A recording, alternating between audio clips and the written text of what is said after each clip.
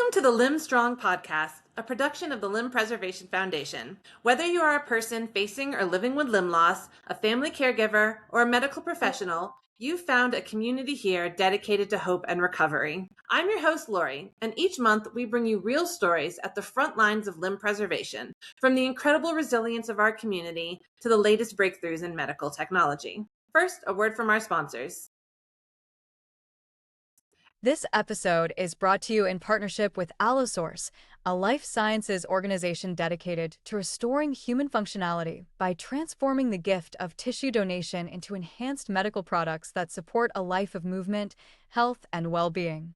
As one of the largest providers of allografts for orthopedic, spine, sports medicine, burn, and plastic reconstruction procedures, Allosource has partnered with healthcare professionals for more than 30 years to support healing through innovation, quality, and a deep commitment to honoring the gift of donation.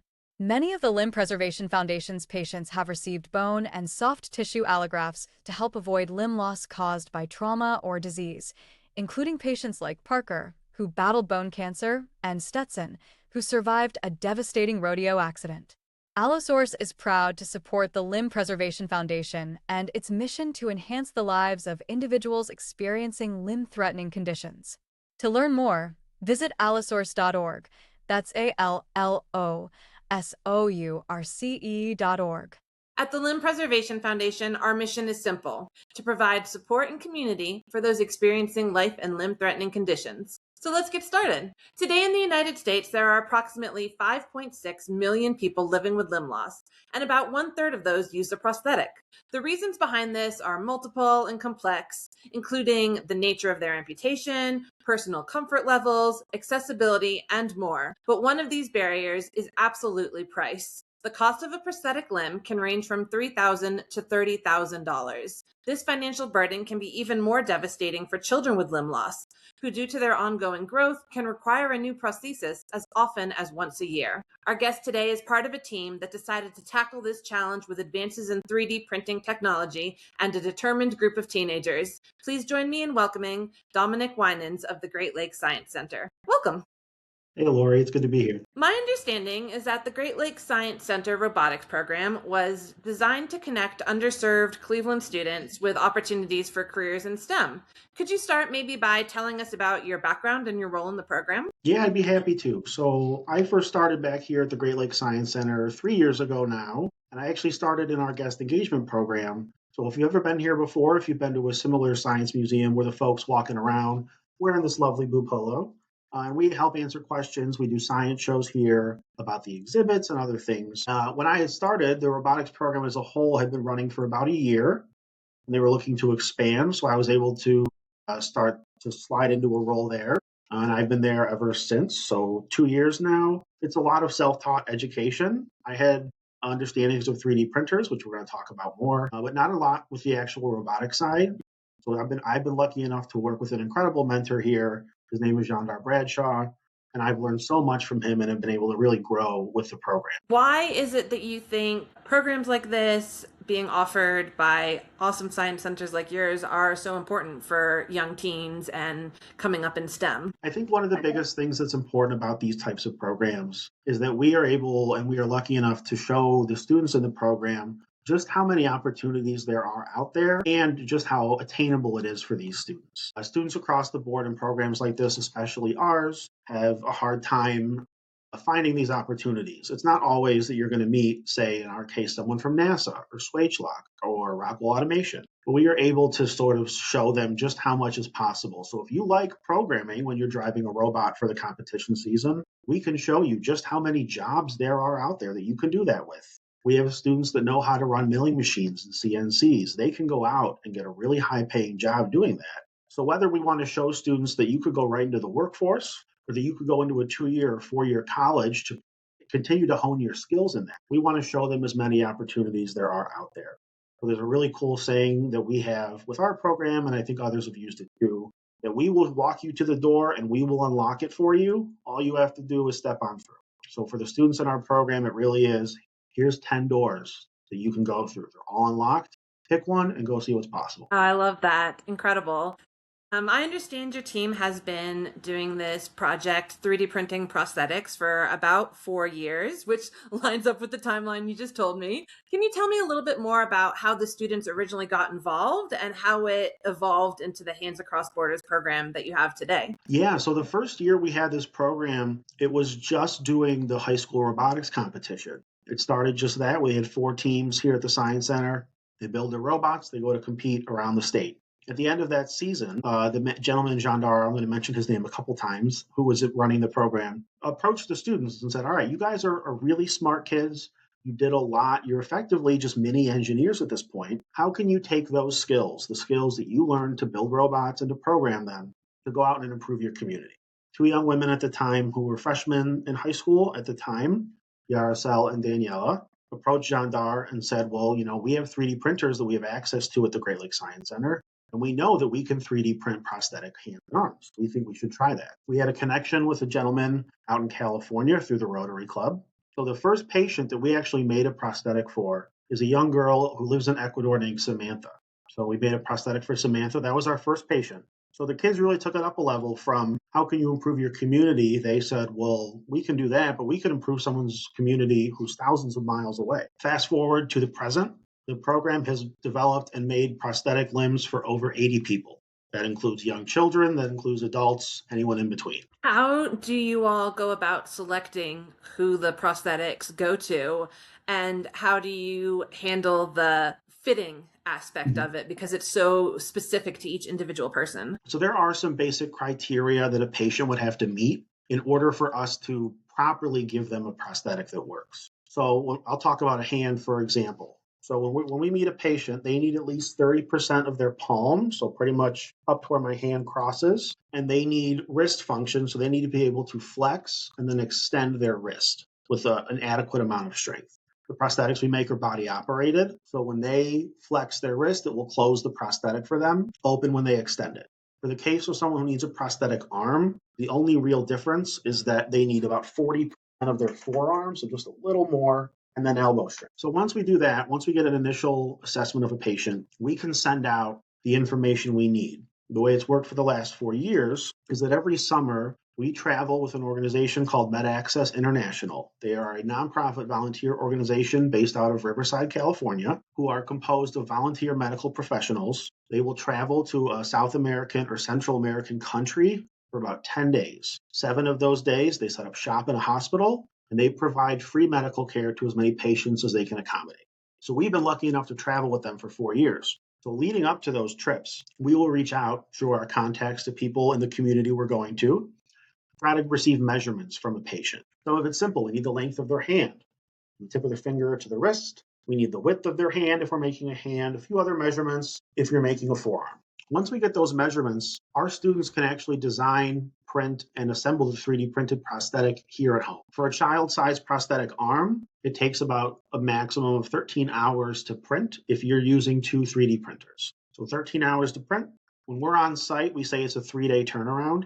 So we need 3 days from when we see the patient to when we can deliver the prosthetic. We try to do as many of the pre-order patients as we can because it really allows us to help more people in general and once we're down there. So we bubble wrap up the prosthetics that we make back home. And when we go to fly down to Ecuador, where we were this past summer, we can take all those with us. And we can fit those patients with those prosthetics early in the trip.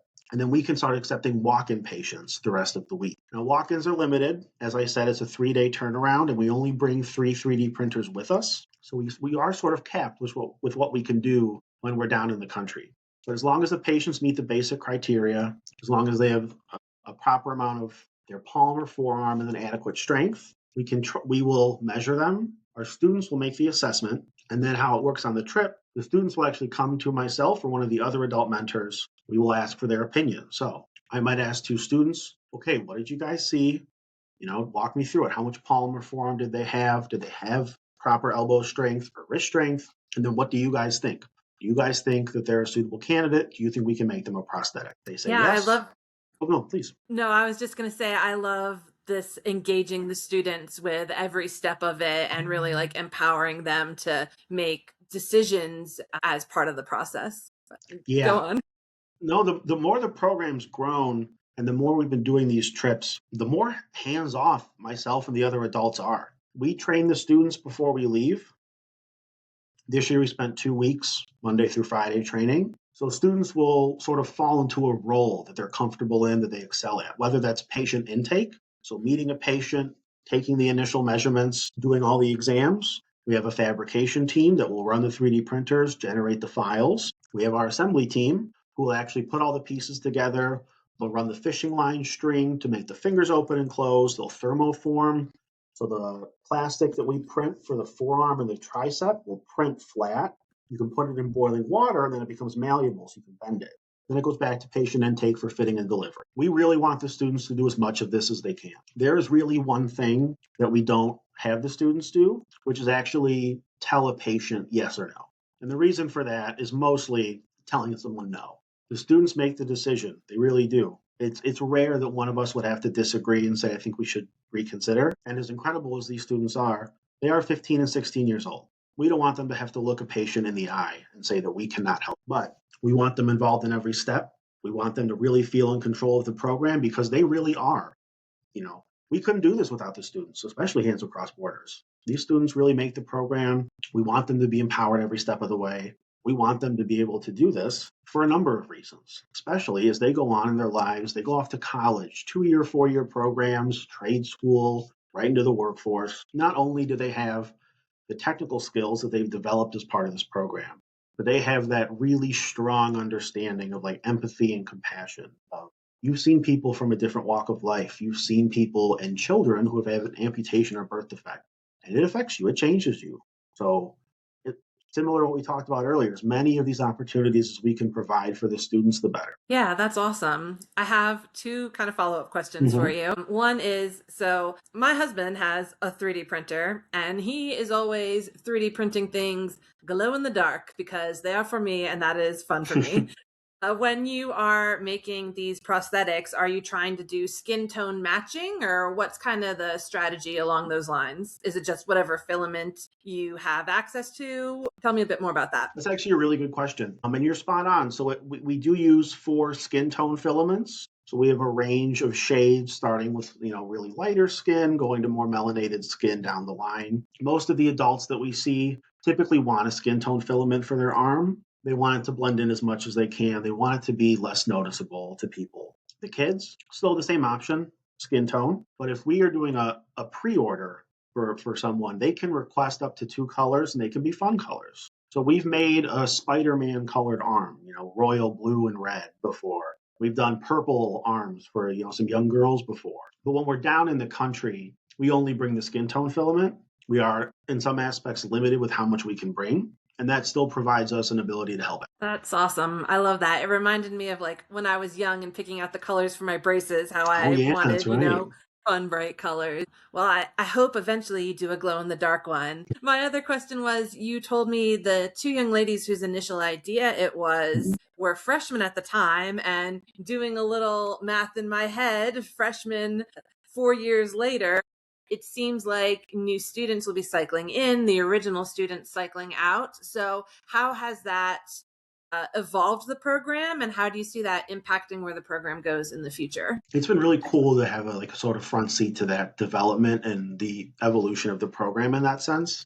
So when the program started, we had 4 teams. We now have 6, so there's more students in the program, a bigger reach. Now that we've sort of fine-tuned the students that travel with us on the trip, we know the process. We know how they're going to be selected. They have to interview. But we want as broad a range as possible because, like we sort of mentioned earlier, we want the students to lead. We want their input. We want them to feel empowered to do this. It helps when we get, children, the kids in the program from different walks of life and different backgrounds, because all those unique experiences really help to form them as a person, but also how they think, how they will look at certain situations. So ERSL, for example, she was one of the 2 young women that started this, came up with this idea. She was on every trip with us as a student. She was actually back with us this year as an adult mentor. It was wonderful to see. And to see her growth is like, okay, really 1 year has gone by, but you're not a student anymore. You've been in college for a year. Like, they're going to look at you in a different light because you're an adult. So to see just her growth in general of taking on more of a leadership role and a mentor role was really cool. As for looking forward, some of it depends on where the students continue to come from in the program. Excuse me. So as we look to broaden the reach of the robotics program as a whole and Hands Across Borders, it will be, all right, how many more kids can we get in? How many different neighborhoods can we reach out to, or YMCA centers, boys and girls clubs, things like that, to really bring more students in? And we want to give this opportunity to as many students as we can. We take 6 students with us every summer. So of course, spots are limited. We're joining a team of medical professionals. We know that in certain instances, if push comes to shove, they're going to pick a surgeon over one of us. Just a fact of life. But we want as many of these kids to participate as possible. So even if we can't, say, travel with, say, 10 students, we only can take 6. Those other 4 that really wanted to go, they can still come and volunteer and train with us. They can help us make the prosthetics. We still want their input, their feedback. If they have criticism, we want to hear all of it. Not only are the students vital on the trip, but they're vital going forward as well. So looking into the future. What did we do well? What could we change to do better? How could we improve? What do you guys think we could do to better prepare? I want to hear from the students. Do you think there's a tweak we could make to the prosthetic or to some of the hardware we use to make it better, to make it easier? So that's one of the coolest things looking forward is now we've had 4 trips worth of students that we can reach out to and look back on and say, what did you guys notice? What should we do differently? How can we change? And as we go forward, we can continue that cycle. Yeah, that's really great. And yet another area where you're applying like critical thinking skills and building a new set of strengths for the students. In my own work, I find one of the most rewarding pieces being when a client has gone through that full cycle. So, our organization stepped in while they were in crisis and maybe paid the rent for a while. And then they start coming to a support group with our organization. And then they start maybe mentoring or talking to other people while they're in crisis and eventually becoming a volunteer with us. That full cycle is so deeply rewarding to me. So I loved to see that reflected in your own program where someone who was once a student is now an adult mentor and kind of completing that journey. Yeah, it's great. Speaking of journeys, just a few weeks ago, you got back from this year's trip. Y'all went down to Ecuador. So tell me more about that experience. Yeah, what a trip. I mean, we're all so lucky that we're able to do this, myself included. So we're down in Ecuador at the end of June into early July. We spent most of our time in a small town about 2 hours north of the capital, Quito, called Ibarra. So that's where the hospital was. That's where we stayed and did our work. It's a different vibe and different kind of town than when we were 2 years ago in Ecuador. Different town, but on one hand, the work is rewarding. There's no getting around that. We're able to make prosthetics for people. I watch these high school students do the work. But it's so much more on the trip than just the prosthetics. Like all of us, we now get to experience another culture, take as much in of that as we can. For those of us that don't speak Spanish or speak very little Spanish, you can still take in so much from people that you've never met before, culture you've never experienced. Just walking around the town, walking around a street market, learning from everyone. And the students really take it all in. We try to encourage that. So the folks we're with at Med Access try to encourage that as well. And that's another thing that I sort of talked about before with the trip, which was one of my personal biggest takeaways. And I know it's some of the other people that have traveled and students as well, is you gain such an appreciation for what you have. The towns that we go to on purpose, we choose these towns because providing medical care in general might not be something that most of them have access to, much less for free. So people in the towns, most of them, they don't have a lot of money. They're very poor. It's hard to find food. It's hard to find things like that. So you really do gain an appreciation of really just how good we have it. Because even for me, I'm lucky as far as the people in the program go. There's a lot of kids in our program who come from poorer neighborhoods or who don't have the best, situation one way or another, whether it's their education or if it's finding a job over the summer, if it's transportation, any number of things. But even to watch those kids when we travel, just kind of sit back and you can see it on their face. You can see it in their eyes, that understanding and appreciation of we have a roof over our head. We have 3 square meals a day. They get to go to school. They get to do fun robotic stuff. They get to do this. And those are the things that stick with you arguably even longer after the memories of making a prosthetic. Yeah, it really seems like in a lot of different perspectives, there's a big lasting impact to being involved in that kind of hands-on work, as opposed to just making the prosthetic and shipping it off and good luck with that, but really kind of being in there and seeing the lived experience of the people that you are there to serve. Are there any memories from the trip that stand out as particularly meaningful for you? I think there's two. So one right off the bat, one of the patients that we made an arm for here and brought it with us, his name is Saeed. He is 10 years old, got an amputation on his, I think it was his left side. So we made the arm for him. We brought it with us. There was a couple things that needed to be adjusted and tweaked to make sure it was the perfect fit and that it would work well for Saeed and his family. So we told him and his parents, okay, you guys, it's going to take us about an hour. You guys are free to sit in here, hallway. You can walk around. There's like food carts and fruit carts out around the hospital, and there's a couple pop-up stands. So there's things to do.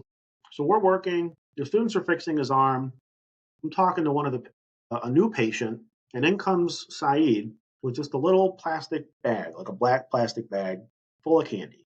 And he walks up to every person in the room with a huge smile on his face, hands them a piece of candy and says, "Thank you." And I don't mind telling you that I was crying. Everyone in the room was crying, because how could you not? I mean, clearly, even though Saeed was quiet and he didn't say much, you could see just on his face how much it meant to him. And you knew that that's how he wanted to say thank you. It wasn't his parents going down to him and saying, "You need to say thank you to everyone." It was clearly Saeed thinking, "What can I do nice because they're doing something nice for me?" Which speaks more, I think, to the empathy and the understanding of they didn't have to do that. Saeed didn't have to do that. Like, we're here to help you. But as is common in a lot of South and Central American cultures, they won't just sort of sit back and say, "Well, you helped me." They will say, "You did something nice for me. I will do something nice for you." So that sort of experience and memory is twofold, of like the visual memory of watching Saeed walk around the room, and that understanding and sort of that reminder of, you don't have to equate what someone is doing for you. You don't have to repay them equally, but if someone does something nice for you, it's very okay just to do something nice back. I think the other memory that really stands out is sort of a combination of them, but it's a similar theme where if there is a slow period in the day, if we're not working with the patient, our students are able to go and sort of shadow all the medical professionals on the trip. So they can sit in with dentistry and watch an appointment, or they can go talk to a surgeon for an hour and learn as much as they can. And then we tell all our students,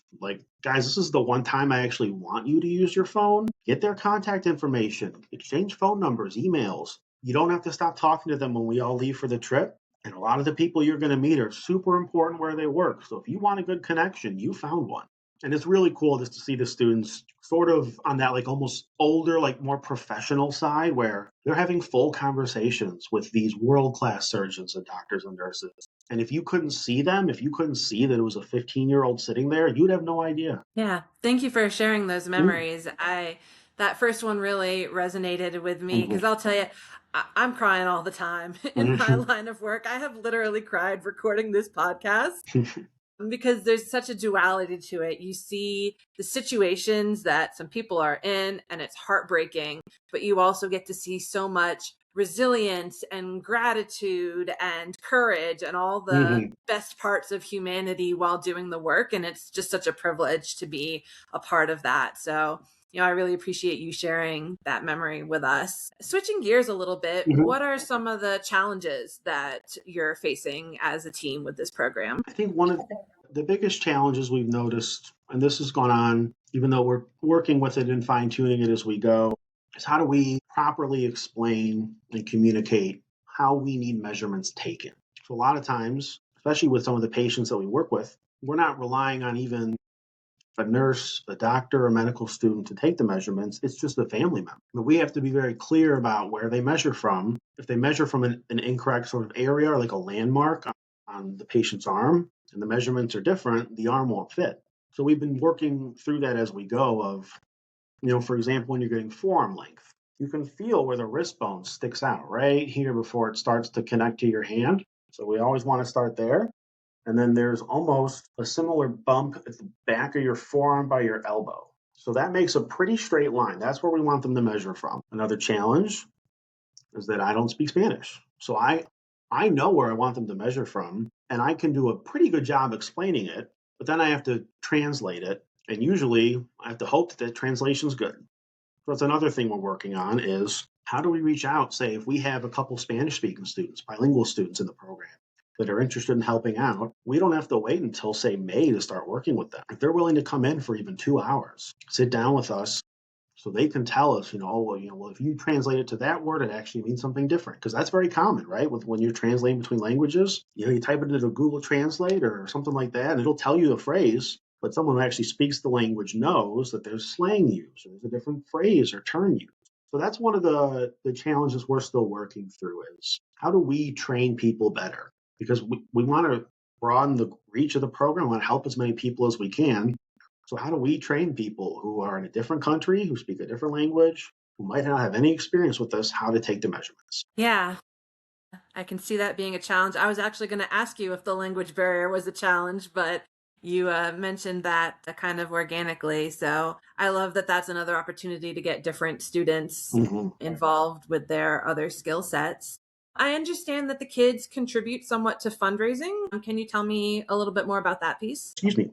Yeah, so the students on our robotics teams as a whole across the board are welcome to and encouraged to do their own fundraising. So those students could go out in any number of ways and raise additional funds for their robotics team. Now, the program as a whole, the robotics initiative, is funded by the Science Center. It's the Science Center's program. We have an amazing in-house development team that goes out, talks about the program, talks about what we do. They reach out to corporate funders and sponsors and different, trusts and foundations to bring in the money to run this program. Hands Across Borders is sort of a little separate from the robotics, if you think of it almost like a little two columns within the program. So there are some companies that our team will reach out to who say, well, we love Hands Across Borders. We want to fundraise for that. We want to give support for that. We have teams that say, we love the robotics, say we're like a manufacturing company, let's do that. We have companies that do it all. But we encourage the students to fundraise themselves, not only because it helps them. If you get more money in for the program, you can do cooler things, you can do more things, but it's also a great skill to have. Being able to sell what you do for work, especially if it's a program like this, is super critical. It's vital to the program's success, to your success potentially. So we can have them come in and meet with our development managers and do like a seminar basically and have them learn. How do you pitch a company if you want money? How do you even reach out and say, I'd like to start a conversation about you writing us a check? So we can teach them how to do all that too. Yeah, that's absolutely a valuable skill moving forward. You don't have to tell me. I work in the nonprofit space, so I understand. There's a word that's been coming up a lot in our conversation that I'm kind of meditating on, and that's the word mentor. You talked about yourself having a mentor in the program. You talked about student coming back as an adult mentor. What role do you see for mentors in the program? What value is there behind having a strong mentorship? In certain cases, it can make or break the program, right? Say we have 120 kids in the program.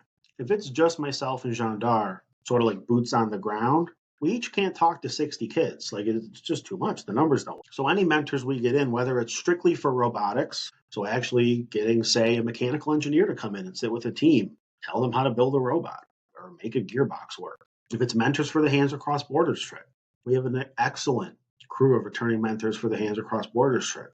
So now that they have that experience too, repeated experience, like we mentioned earlier, when we get new kids in who don't have as much experience, we're learning about the program. Myself, Chandar, we can handle the more technical stuff, behind the scenes stuff. The other adults can sort of fill in the gaps of like, a lot of these kids, they've never traveled before, especially like internationally. Like, what do you need? What should you bring to the airport? Sometimes it literally is me sitting there saying, guys, your suitcase can't weigh more than 50 pounds. Please don't let it weigh more than 50 pounds. And that's a joke, but the mentors do so much more. So I'm sure we've all heard the phrase, right? Like you relate to the people that you can relate to. Like for students, it's often said, like especially younger students, they relate to a person they look like. So when we get mentors from a wide variety of backgrounds, walks of life, different neighborhoods or in and around Cleveland, things like that, it increases the chance in our eyes that a student will start to talk to them more. Start to ask them more questions about what they do.